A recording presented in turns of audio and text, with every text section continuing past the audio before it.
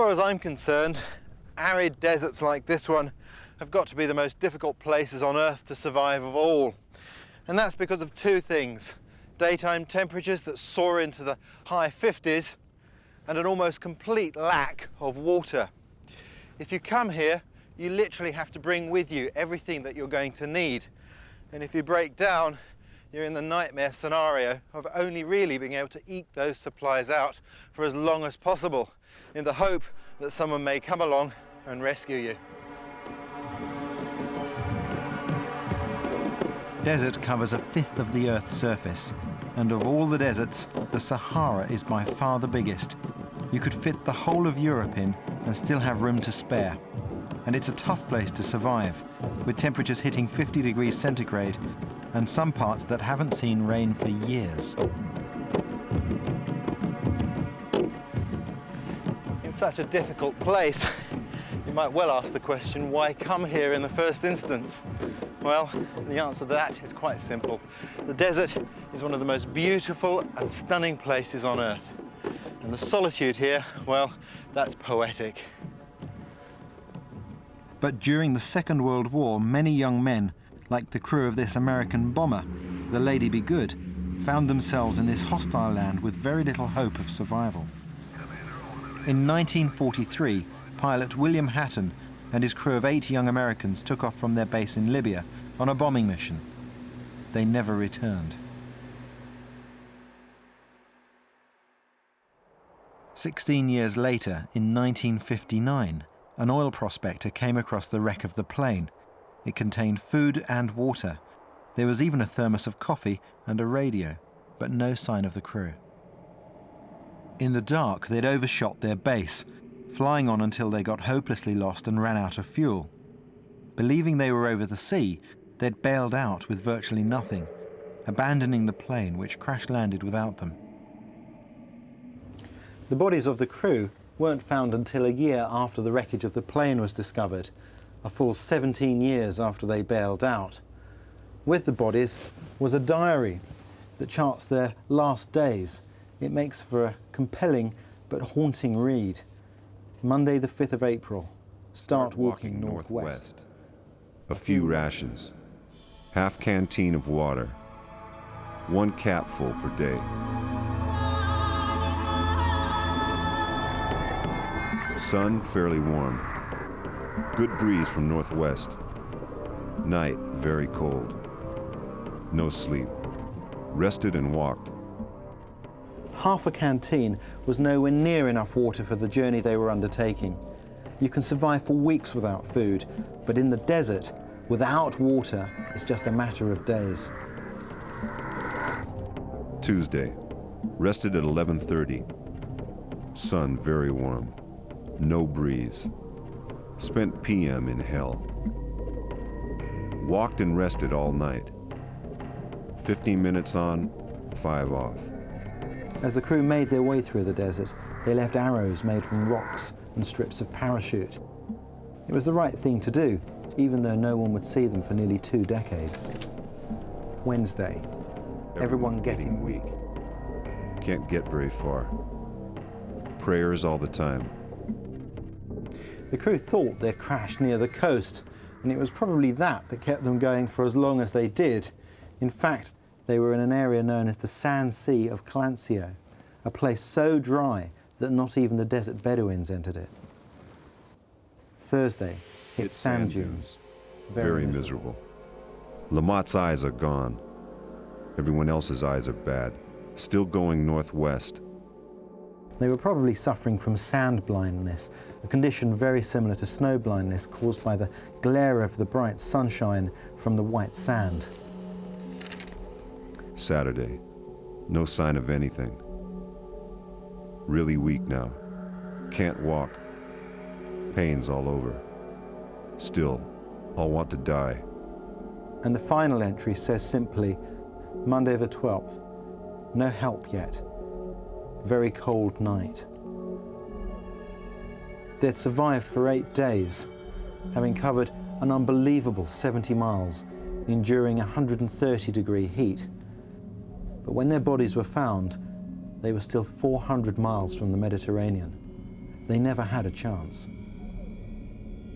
The tragic tale of William Hatton and his crew is an incredible story of endurance, but it's also a salutary one. The Lady Be Good is as big as 4 buses, and there was no trace of it for 16 years. So how do you rate your chances of being spotted in one of these? Because today, this is the most common way that you'll find your way into a desert in a 4x4. A vehicle like this is your most important piece of equipment because not only is it your transport out of here, but it also carries all of your basic life support. Whenever you enter any desert, there are a few simple preparations you can make that will dramatically increase your chances of survival. For a start, if you can possibly avoid it, never travel alone. Terrain like this is incredibly tough on vehicles, and the most common cause of people perishing in the desert is after a breakdown. So we're travelling in 2 vehicles, one for me and one for the crew. Theirs is the one with air conditioning. There's no doubt desert travel is immensely rewarding, but when you head out into the dunes, don't think you're Lawrence of Arabia.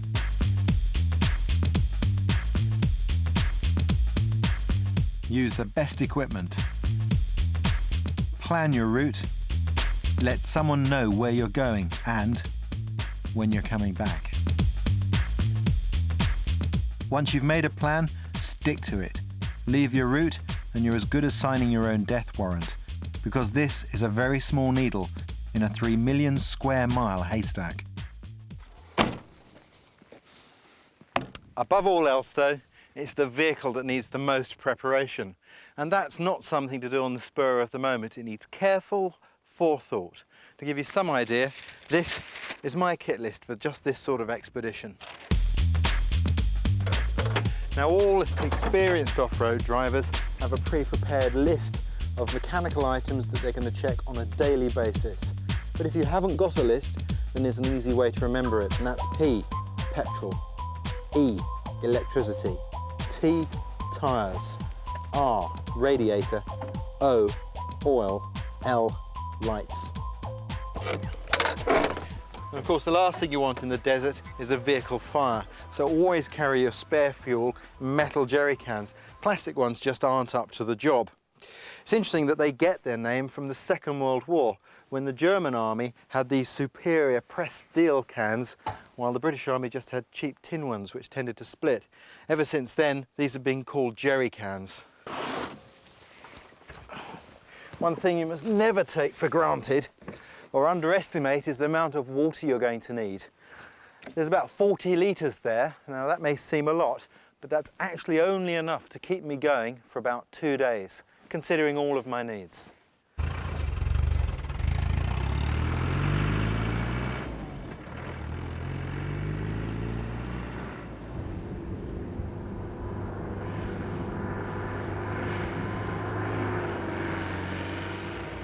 Too many people come out to the desert and bob around in their 4x4s as though they're in the Paris to Dakar rally. Driving off-road requires patience, concentration, and a few simple driving techniques.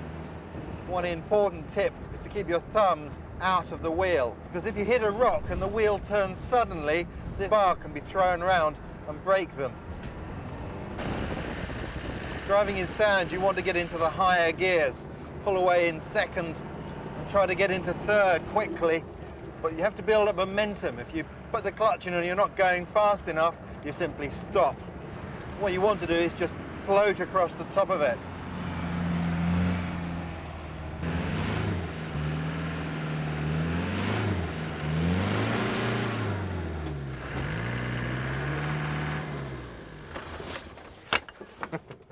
Well, if you drive long enough off-road, you're inevitably going to get stuck. It's normal. It's all part of the game, and it's no drama. It's not such a difficult thing to get out. I could just lower the tyre pressures here and pull straight out, but these vehicles are really well equipped.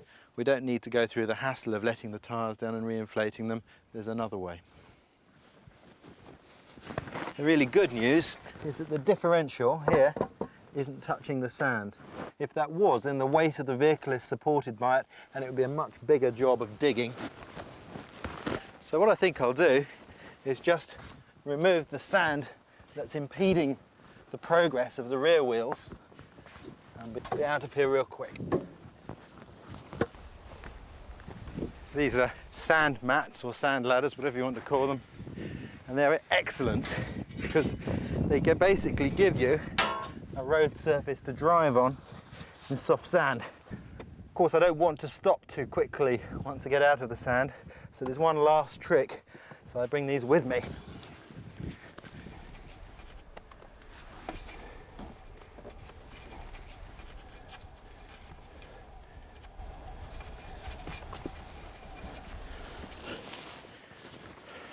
Now, if there's one place you don't want anybody to stand when you're using these mats, it's right behind the vehicle, because they can be thrown out by the wheels at high speed.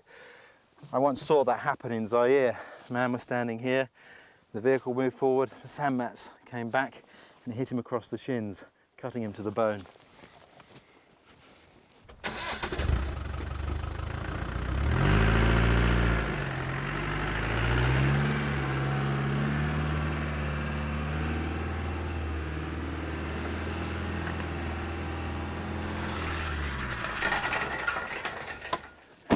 Well, there you go. The vehicle's on hard ground and the sand mats are with me. I don't have to go back for them. And of course, efficiency is a basic principle when you're out in the outback.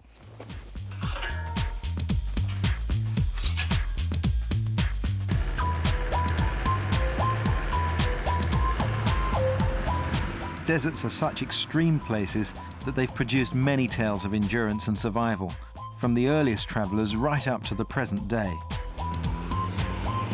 Like the story of Robert Martin, a young German who was working for an oil company in the desert in Oman. New Year's Eve 1998 was supposed to be Robert Martin's last night in the desert before leaving Oman. He spent it camping with a colleague, but on their way back they got bogged in soft sand.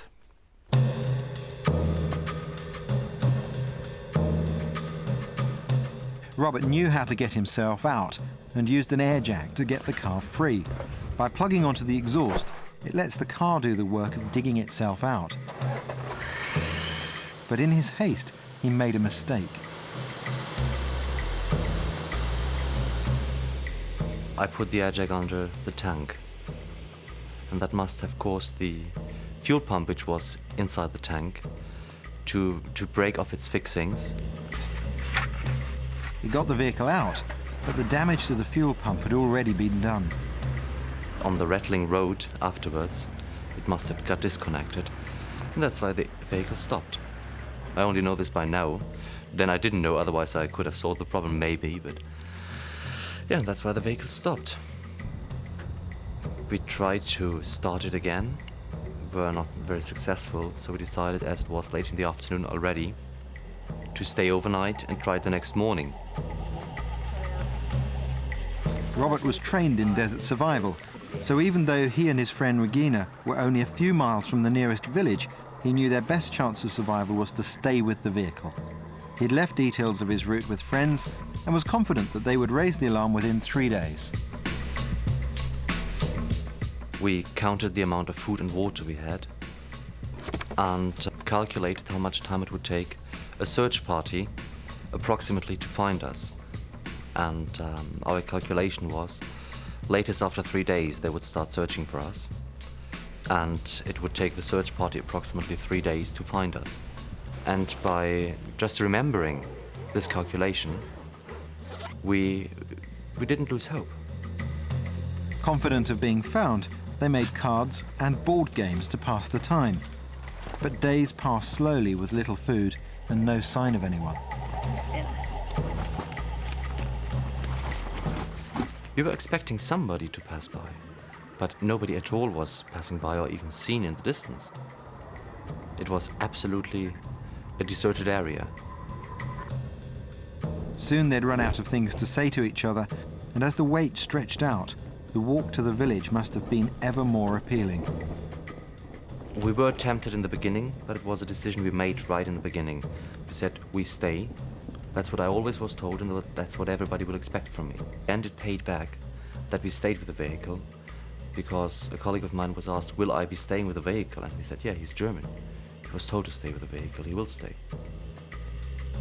Sure that a search would be underway, Robert and Regina collected firewood in preparation for a signal fire. On the fourth day, they finally heard their first helicopter.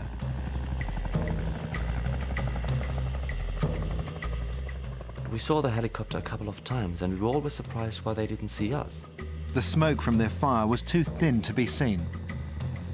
One day they came close, about 500 meters, and we were surprised why they were just leaving. It wasn't until they lit a tyre from the car that the helicopter finally spotted them. It was only then, after 8 days in the desert, that they were rescued, and they could see why it had taken so long for the helicopter to find them. After we were picked up by the helicopter, and we were looking down from just 200 meters, we couldn't see the car anymore. So, very difficult for a helicopter to find.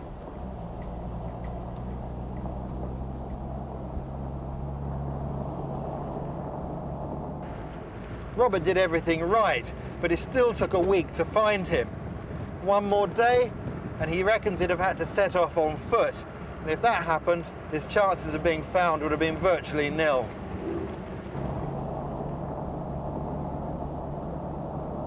If you do break down, you've no idea how long you're going to be stuck, so assume the worst. Out here, every decision is life or death, so stick to the rules. The first rule of desert survival is always stay with your vehicle. And the second rule, get in the shade. I always carry a parachute with me because they're ideal for creating shelter. And that's another reason why you should always stay with your vehicle. It's not just the most visible thing you've got, it's a huge emergency kit.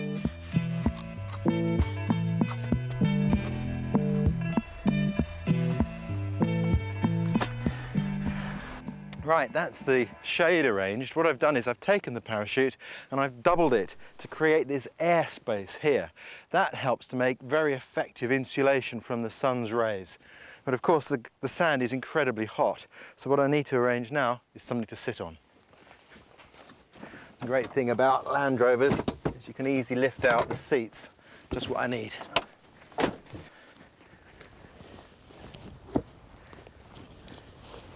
Well, that's great. Now I'm comfortable. And the important thing about having shade is that it enables me to think clearly. If you're trying to make important decisions about survival under the baking heat of the sun, it's very difficult to make the right ones. So stay calm, keep your mouth shut and roll your sleeves down. You've got to do everything to conserve moisture. And when it comes to water, you have to be sensible. You don't want to over-ration it, because it's no good in here. It's got to be inside you if it's going to help you. So don't waste it, but do drink.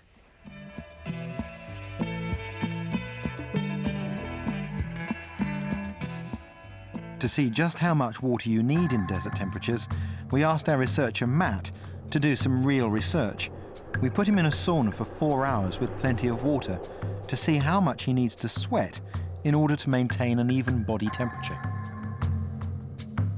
There are approximately 2 million sweat glands throughout the body, and basically what they're doing is they're secreting a layer of water and electrolytes and other substances which spreads along the surface of the body and then evaporates, and it's that process of evaporation which is removing heat from the body.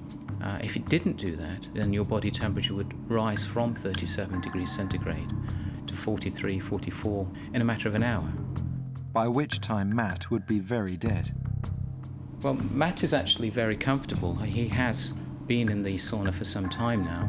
He's sweating approximately 700 grams of sweat an hour. That's equivalent to a pint and a half an hour, and he needs to replace that volume of fluid if he's not to become dehydrated. Matt's drunk 6 pints in 4 hours. That's very good, but he's having to make a conscious effort to keep drinking. Thirst is a very poor indicator of fluid requirements. What tends to happen is people dehydrate by 1 to 2% of their body weight before thirst is triggered. So you shouldn't rely just on thirst in order to maintain your water balance. Stuck in the desert, with your water running out, you need to make sure you're doing everything you can to help people searching for you. Now the sun's going down, I can start to make a sign that can be seen from the air. This V shape is internationally recognised as a distress signal, but you want to be seen day and night. I'm collecting some firewood so that I can make a couple of signal fires, in fact 3, because in an emergency you do everything in 3s if you can. Got to be careful when doing this, keep my eyes open for scorpions. The last thing I want now is to be stung. No rubbing sticks together now. Use what you've got, and the vehicle's fuel will save a lot of effort in my attempt to attract rescue. Now all I've got to do is wait for nightfall.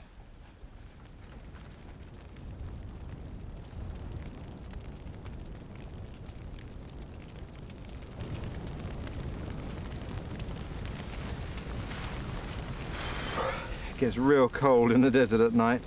That's when one of these Arab jello bars comes in really useful.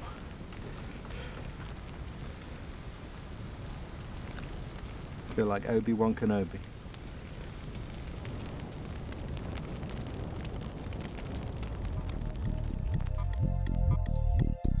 If you're stuck out here, you're bound to wonder if you could make it out on foot. After all, every day that passes is time running out. So the temptation to get up and go will be huge, but you must resist. But part of me has always wondered how far I'd get, and now I'm about to find out.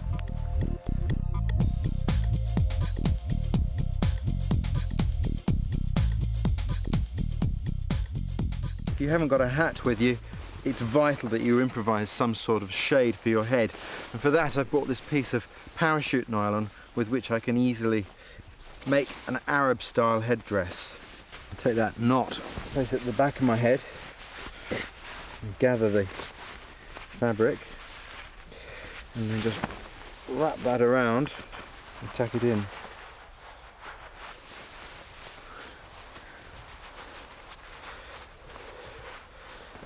Just tuck the rest into my shirt at the back.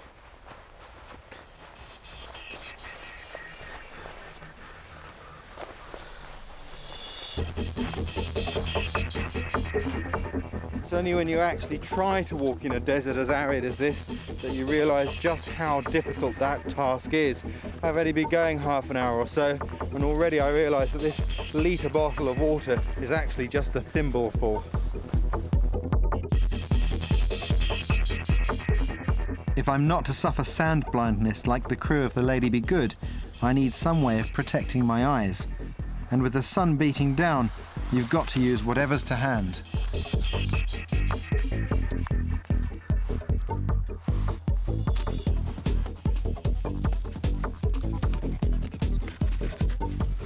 There we go, a pair of raised sunbands. Perfect if I ever make it back to the King's Road. But none of this is really going to help me here. I'd be lucky to last more than a couple of days. Walking out of a desert requires an incredible amount of determination, resourcefulness, and most importantly, luck. As much luck as Bob Nelson had after he was shot down over the desert in 1942.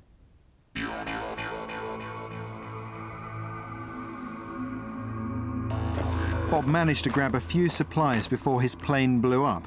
Some tins of tomato juice, serve cool, a water bottle, torch and compass were all useful, as was Benzedrine, an amphetamine provided to keep him going with little food or sleep. But his crepe-soled desert boots weren't really up to the journey ahead. For 7 days, the only living things he saw were flies.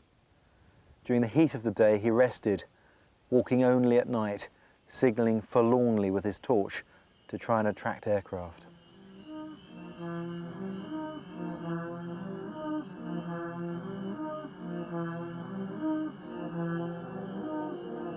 He drank a tin of tomato juice and a little water each day, but pretty soon his liquid had run out. In desperation, he took all the Benzedrine and walked through the heat of the day.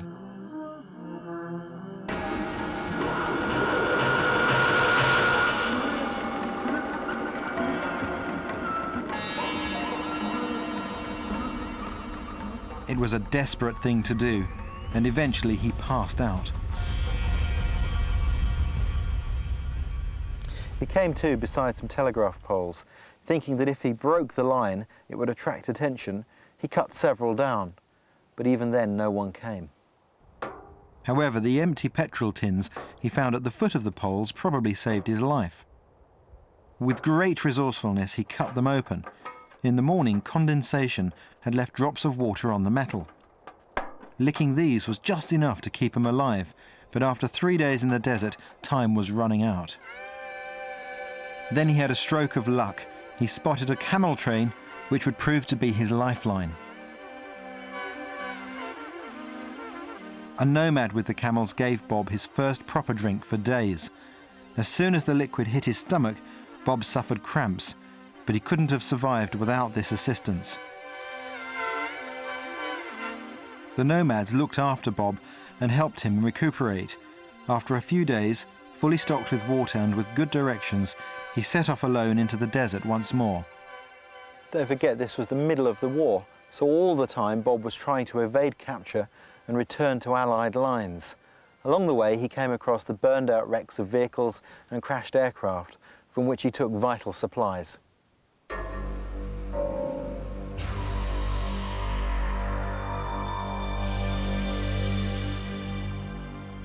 Eventually, after 18 days in the desert, Bob reached the German front line, which he simply walked through in broad daylight. But no man's land was a different matter. It was here that Bob's luck finally ran out.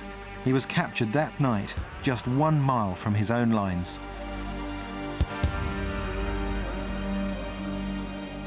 But Bob Nelson's extraordinary story didn't end there. 2 years later, he was one of the prisoners who took part in the breakout that became famous as the Great Escape. He was one of the few recaptured not to be shot. Maybe the Gestapo thought that he was related to his illustrious namesake, Admiral Nelson.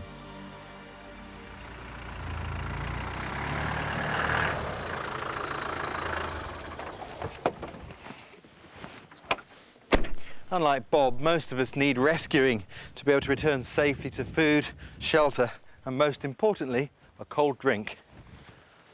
1 beer, barman, please. Sadly, Bob died in 1999. He was one of the very few people who've ever walked out of a desert and survived. How did you get here? I'll tell you sometime, but where's my beer? Buy your own beer. So why'd you walk? You know you're supposed to stay with your vehicle. Well, it looked like a really nice walk. Couldn't resist it. You're crazy. No, I'm not. Yes, you are. Next week, the chills and thrills of the subarctic forest.